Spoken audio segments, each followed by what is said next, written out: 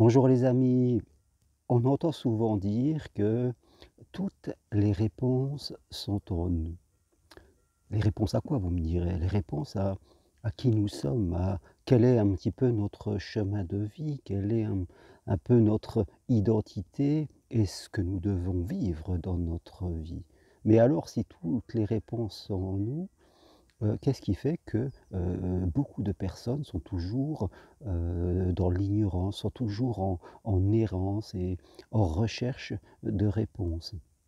Je crois que tout simplement, ça vient d'une chose, souvent, qui se construit dans notre passé.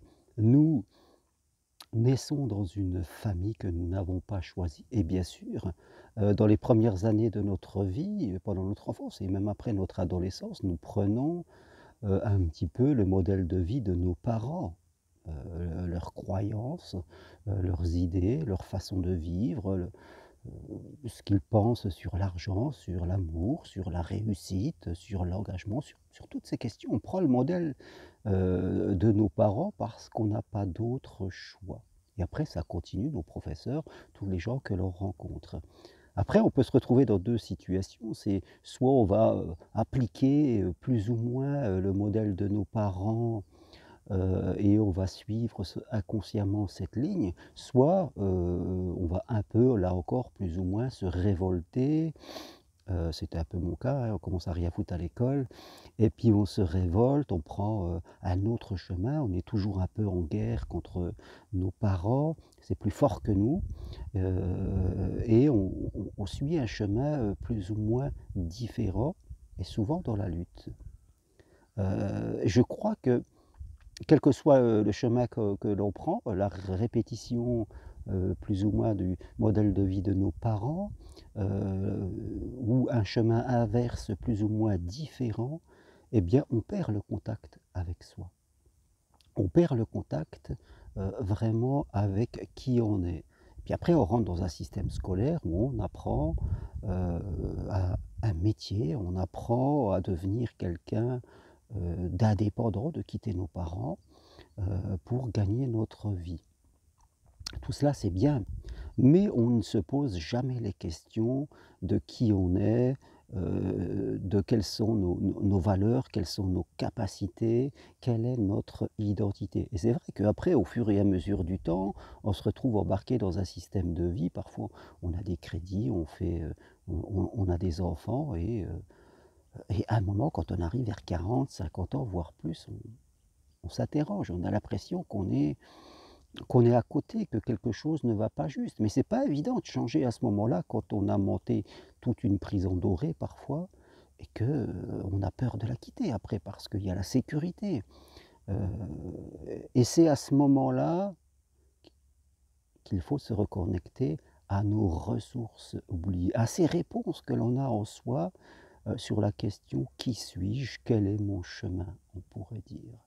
Et c'est vrai qu'il faut revenir au point de départ. C'est souvent comme cela, vous le savez. Dans la vie, on dit: «Il faut se hâter lentement» et quand on va trop vite, eh bien, quelquefois, on est obligé de faire demi-tour pour revenir au point de départ. On s'est tous déjà trompés comme cela sur la route, hein. On est pressé, on fonce et puis à la fin, on est obligé de faire demi-tour et de revenir au point de départ parce qu'on a loupé un embranchement. Ouais, on loupe souvent des embranchements et moi, j'en ai loupé. Il a fallu que je reprenne mon chemin, un peu tard. Si j'avais pu le faire plus tôt, ça m'aurait fait gagner du temps et de l'argent. Même. Donc on revient à ce premiers amours, on revient à savoir qu'est-ce qui nous faisait vibrer.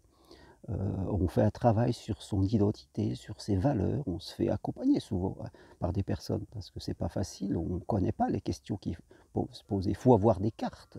Quelqu'un qui est formé, c'est quelqu'un qui a des cartes qui va vous permettre de vous repérer. Non pas qu'une On dit souvent: «La carte n'est pas le territoire» et je suis ici en train de reconnaître le chemin de Compostelle et quand je regarde ma carte et que je regarde la nature, c'est pas exactement pareil. Mais la carte me permet quand même de me repérer, et de savoir où je vais. C'est pas exactement le territoire, mais ça donne quand même de forts renseignements et un praticien, lui, il a des cartes, il va vous remettre des cartes.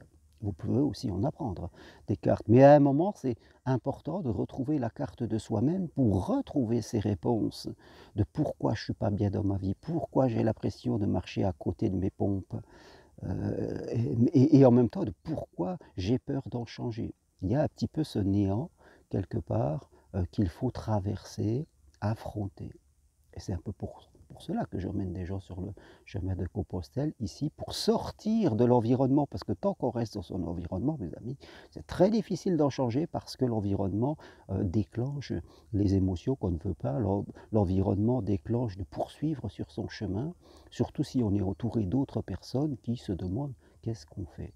Donc oui, mes amis, dans sa vie, il faut se reconnecter à nos ressources internes, refaire un travail sur son identité, retourner dans le passé, faire un travail sur ses valeurs, sur son identité, sur ce qui résonne en soi, utiliser des cartes de profil identitaire que vous pouvez en tout cas rechercher au travers d'un praticien. Nous utilisons nous beaucoup l'énéagramme qui est très intéressant à apprendre et tout cela nous permet de nous connaître, de savoir en fin de compte qui nous sommes dans les grandes lignes. Qui nous sommes n'est jamais arrêté une bonne fois pour toutes, nous sommes toujours en chemin, hein, quelque part. Donc la carte nous permet de retrouver le bon chemin et après d'avancer. C'est comme en randonnée, quelque part. La marche, de toute façon, c'est l'école de la vie, mes amis.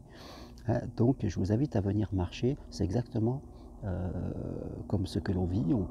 Il y a des moments faciles, il y a des moments moins faciles, il y a des fois on se perd, et puis après on revient en arrière, on retrouve son chemin.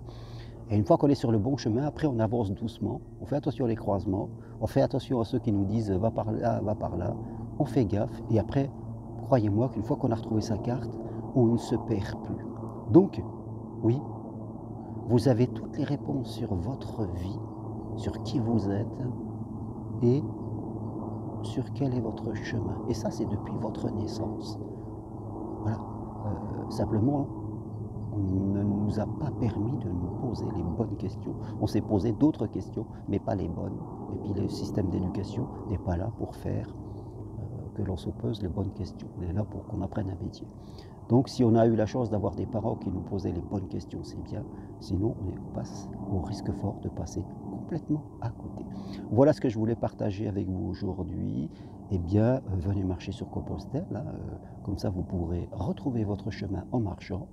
Sachez sortir de votre environnement et ne pas avoir peur.